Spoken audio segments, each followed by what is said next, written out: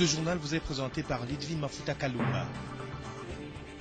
Bonjour mesdames, messieurs, tout le plaisir est pour moi de vous retrouver pour cette grande édition d'information de la mi-journée sur Digital Congo.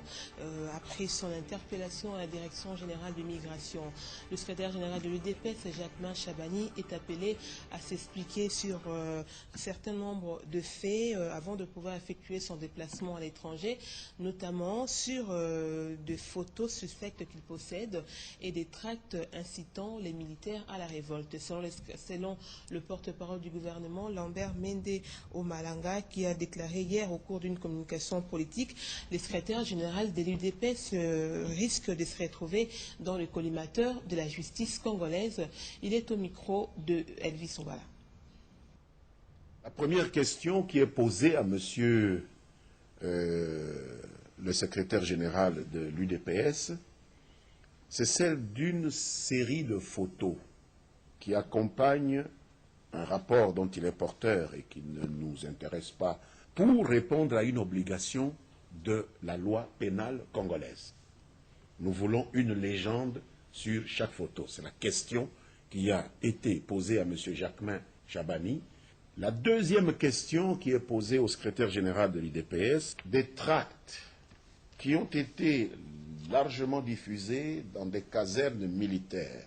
On a trouvé la matrice de ce tract. Alors, est-il l'auteur de ce tract qui incite les militaires à mettre notre pays à feu et à sang? La justice militaire s'y intéresse. Il est important qu'il aide la justice militaire à identifier les auteurs de cette infraction au droit pénal militaire. Troisième question posée à M. Chabani, il y a un SMS qui intéresse beaucoup nos services, où d'un certain numéro a été émis un SMS à sa destination, Salut SG, secrétaire général. Dites au président, je suppose que c'est le président de l'UDPS, M. Tshisekedi, de négocier avec le chef d'état-major. Il est prêt à vous aider. Alors là, nous sommes en face manifestement d'un complot de nature militaire. Nous voudrions que M. Chabani aide nos services à identifier ce chef d'état-major et qu'il puisse aider aussi à nous dire quelle est la nature de cette aide qu'un chef d'état-major de notre armée peut apporter à un parti politique, alors qu'il est interdit toute interaction entre les partis politiques et l'institution militaire dans notre pays. En quatrième lieu, il y a une photo que nous avons séparée des autres photos. Vous voyez là deux militaires en train d'aligner des cadavres, ce qui apparaît comme des cadavres. Voici la légende que M. Chabani a mis sur cette photo. C'est donc les crimes de la GSP de Kabila, donc la garde républicaine, contre les civils qui soutiennent l'UDPS à l'aéroport de Kinshasa. Pourtant, c'est une photo qui illustre des violences qui se sont passées dans un autre pays que le nôtre et qui ont fait le tour du monde sur Internet. Nous sommes là dans un cas flagrant d'imputation dommageable contre la garde républicaine, contre le président de la République. Et je pense qu'il faut quand même que M. Chabani s'en explique. Cinquième et dernière question. Dans un document, je pense qu'il en avait parlé dans une de ses conférences de presse, qui se trouve dans cet ordinateur, M. Chabani fait allusion à la fin tragique prochaine de Joseph Kabila. Il est important qu'il puisse donner ces informations à la justice pour que l'on puisse prévenir cette offense pénale qu'est un assassinat. Même s'il ne l'aime pas, on ne peut pas accepter qu'on assassine quelqu'un, vous avez des informations, et vous les cachez à la justice, ce serait aussi une offense à la loi.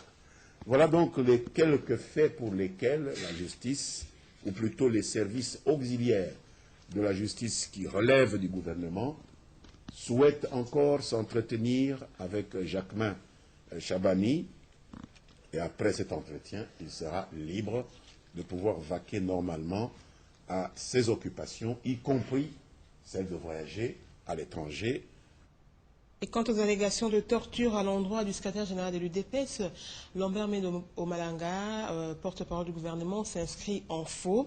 Il reconnaît cependant que Jacquemain Chabani a une légère entorse au bras à la suite d'un affrontement avec un agent de la Direction générale des migrations. Et ce dernier, poursuit-il, a été puni par sa hiérarchie pour son acte. Plus de précision avec Elvis Ngwala. Je dois préciser que nous avons reçu des accusations assez graves de torture qui auraient été infligées à M. Chabani.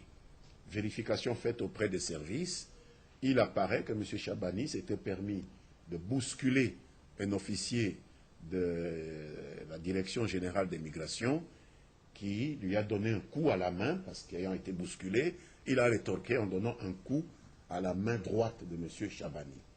Je dois vous dire que nous n'avons pas accepté que cet agent se fasse justice à lui-même et il a été aussitôt sanctionné par son autorité hiérarchique.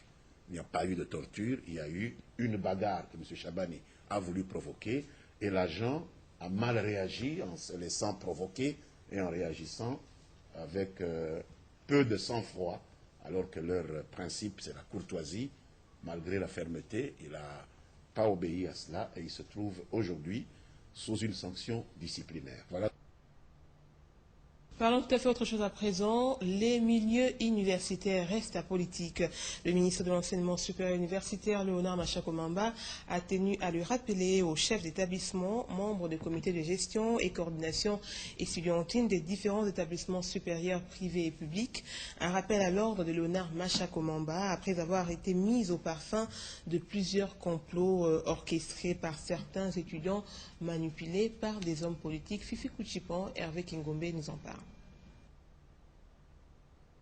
Informé des complots préparés par les étudiants de certains établissements, manipulés par des tierces pour déstabiliser les comités de gestion et troubler l'ordre public, le ministre de l'Enseignement supérieur et universitaire tape du poing sur la table et décide de prendre ses responsabilités afin d'éviter le pire.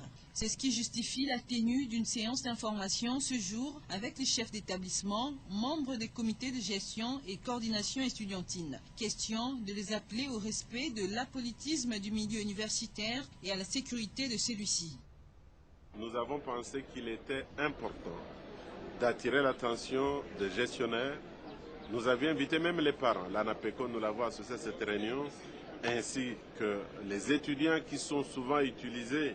Nous avons cité l'exemple typique de l'ISTA où vous voyez un étudiant qui est en train de mentir, qui est en train d'alerter finalement toutes les instances.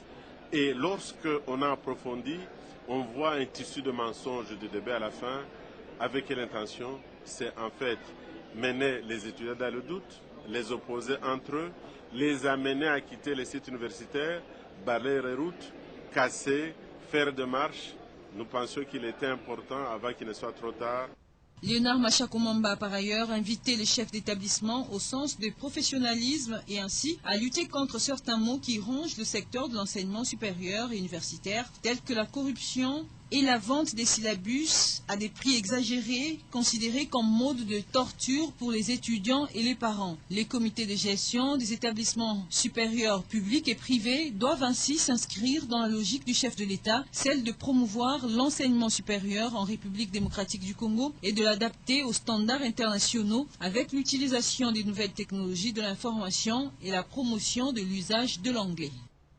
Et de son côté, le ministre des Affaires foncières, Maj Kisimbangoy, était hier à l'écoute de la population de Kinshasa et des provinces à la circonscription foncière du Mont-en-Bas dans la commune de Limete. Et c'était à l'occasion de la journée porte ouverte. Les conservateurs de titres immobiliers, chefs de division du cadastre et techniciens de l'ensemble du territoire national ont pris part à cette journée élargie aux provinces. Lisette Kengakelekelo était de la partie.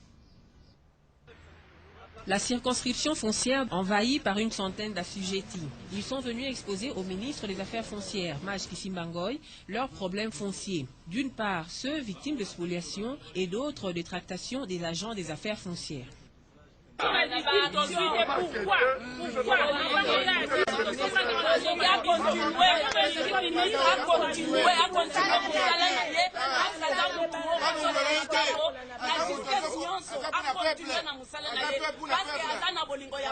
Toujours disponible pour rendre service à la population, Maj Kisimba Ngoy, qui se veut pragmatique, a convié tous les conservateurs des titres immobiliers, chefs de division du cadastre et techniciens du cadastre à cette journée porte ouverte. Il n'est pas allé par 4 chemins pour confronter les faits et proposer des voies de dénouement aux différents cas.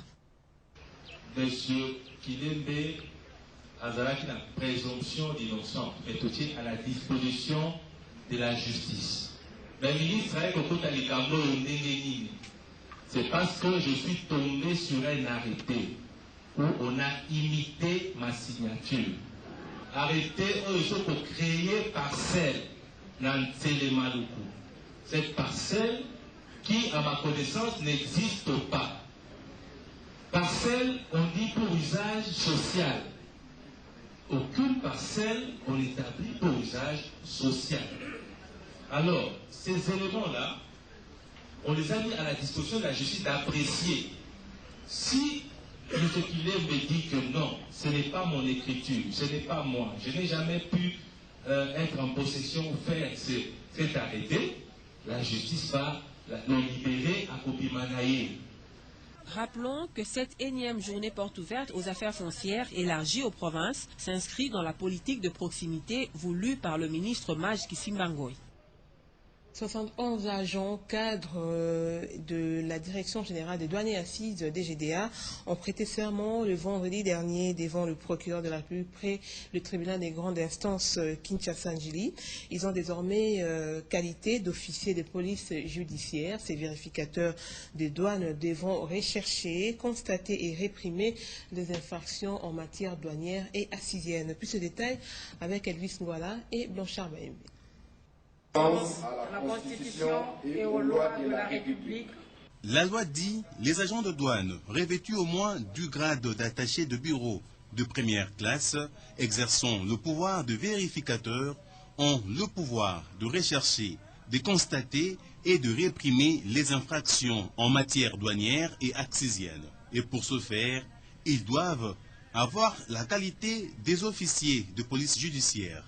Par conséquent, le vérificateur de douane doit prêter serment devant le procureur de la République de sa juridiction afin de se conformer à cette disposition. C'est ce qui est fait ce jour. 71 agents et cadres de la Direction générale des douanes et accises se sont conformés à l'article 31 de l'ordonnance loi 0010/002 du 20 août 2010. Ils prêtent serment devant le procureur de la République près le tribunal de grande instance de Kinshasa-Njili. Chose faite, et le directeur général de la régie financière exhorte ces derniers à travailler dans la conscience afin de maximiser les recettes de l'État.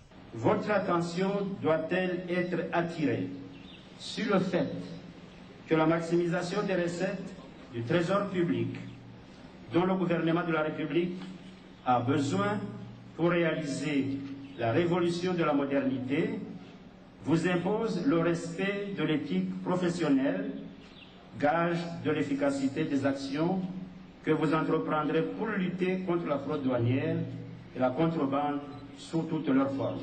La Direction générale des douanes et accises vient d'ajouter 71 officiers de police judiciaire, ceux-ci particulièrement cadres et agents de la direction provinciale Kinshasa Aéro. Avec eux, la DGDA va sûrement mener une lutte efficace contre la fraude douanière et accisienne en République démocratique du Congo.